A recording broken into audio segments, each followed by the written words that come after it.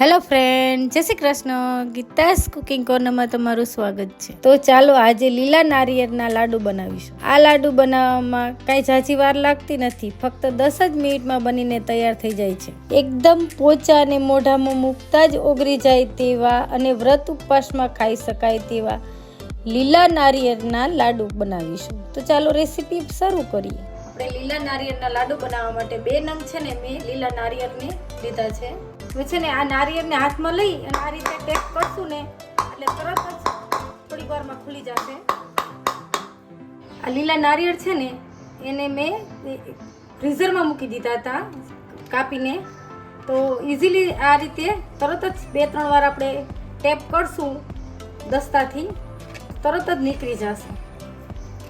મેં છે ને બરફના ખાનામાં જ મૂકી દીધા હતા, જો નીકળી જાય છે ને સહેલાઈથી. હવે છે આ લીલા નારિયેળ બધા છે ને ખોલી નાખ્યા છે, તો આ નીચેની જે છાલ છે ને એ આપણે કાઢી નાખશું.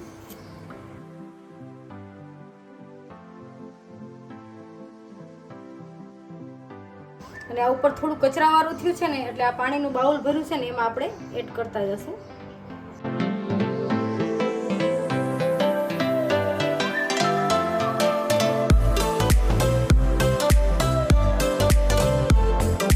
હવે આ રીતે આપણે બધા જ નારિયેળની જે આ નીચેની છાલ છે ને આપણે કાઢી નાખશું, કેમ કે એ લાડુમાં છે ને બ્લેક લાડુ થઈ જશે આપણે, એટલે એ રીતે આપણે કાઢી નાખશું ને તો સરસ લાગશે, સફેદ એકદમ વ્હાઈટ લાડુ થશે આપણે.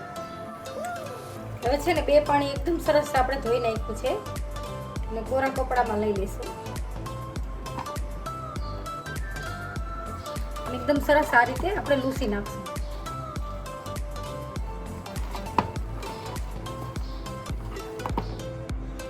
હવે છે ને આપણે મિક્સર જાર લેશું, એમાં છે ને નાના નાના ટુકડા કરી આપણે મિક્સરમાં ગ્રાઇન્ડ કરી લઈશું આ રીતે.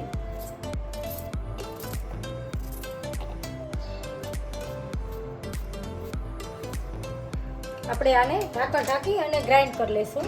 અડધું બીજા ઘાણમાં કરશું, અત્યારે આ ગ્રાઇન્ડ કરી લઈશું આપણે. હવે છે ને આ એકદમ સરસ પીસાઈ ગયું છે, જો અચકચરું જ પીસવાનું છે આપણે, અને પલ્સ મોડ ઉપર જ આપણે પીસવાનું છે, એટલે મિક્સર ચાલુ બંધ કરતા પીસવાનું છે. એક જ ધારું મિક્સર ચાલુ કરશું તો વ્યવસ્થિત નહીં પીસાય અને અંદરથી દૂધ રિલીઝ થશે ટોપરામાંથી. હવે છે ને આપણે એક બાઉલમાં આને લઈ લઈ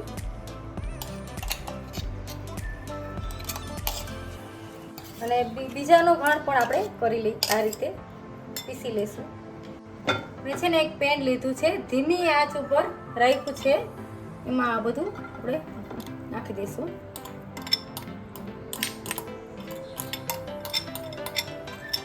ધીમી આંચ ઉપર શેકશું થોડી જ વાર. એનો કલર આપણે ચેન્જ નથી કરવાનો.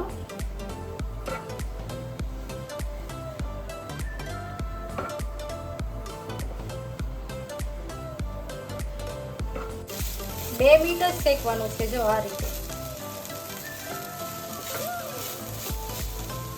હવે છે ને એમાં આપણે દૂધ એડ કરશું.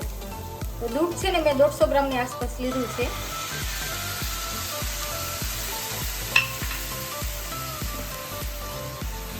થોડી વાર પાછા હલાવશું આ રીતે.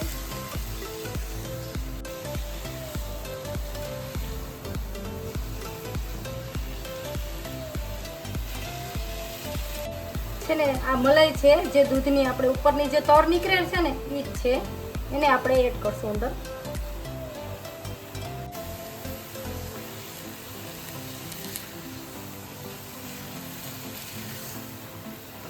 મેં છે ને આમાં ફ્રેશ તાજી મલાઈ છે ઘરની, એ જ એડ કરી છે.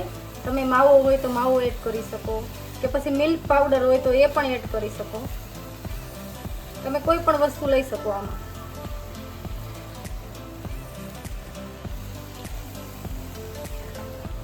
આને છે ને આપણે સતત આ રીતે હલાવતા રહેવાનું છે.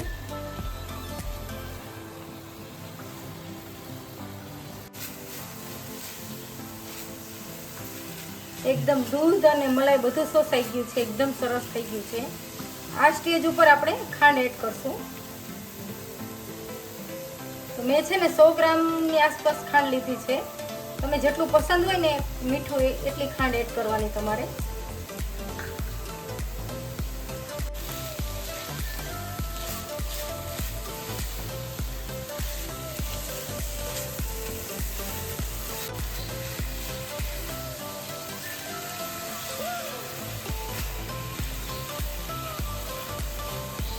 આપણે ખાંડ એડ કર્યા પછી થોડું પાણી રિલીઝ થશે, એટલે થોડી 10 મિનિટ થશે, વાર લાગે થોડી.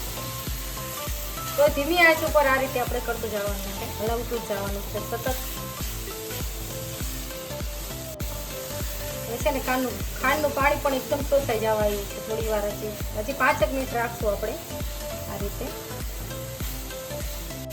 હવે છે ને પાણી પણ એકદમ સરસ બધું શોષાઈ ગયું છે, અને હવે આને ઠંડુ કરવા માટે આપણે રાખી દઈશું. હવે છે ને આપણે પ્લેટમાં ઠંડુ કરવા માટે રાખી દઈશું.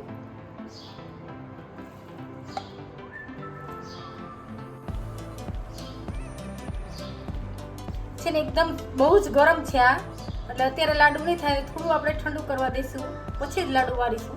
એટલે અડધી કલાક માટે આપણે રેસ્ટ આપીશું.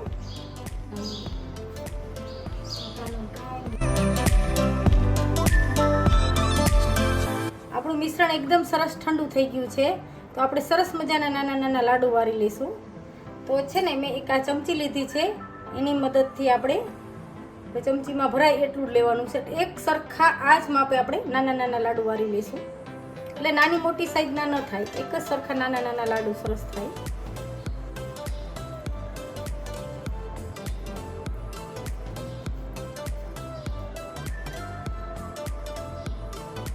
આવડા નાના નાના આપણે લાડુ વાળીશું, અને આમાં છે ને આપણે ટોપરાનું ખમણ છે ને એમાં આપણે કોટ કરતા જશું આ રીતે. અને છે ને આ પ્લેટ રાખી છે ને એમાં આપણે બધા લાડુ વાળી લેશું આ રીતે. હવે છે ને આ રીતે આપણે બધા જ લાડુને વાળી લેશું, અને ટોપરાના ખમણમાં આપણે કોટ કરતા જશું આ રીતે.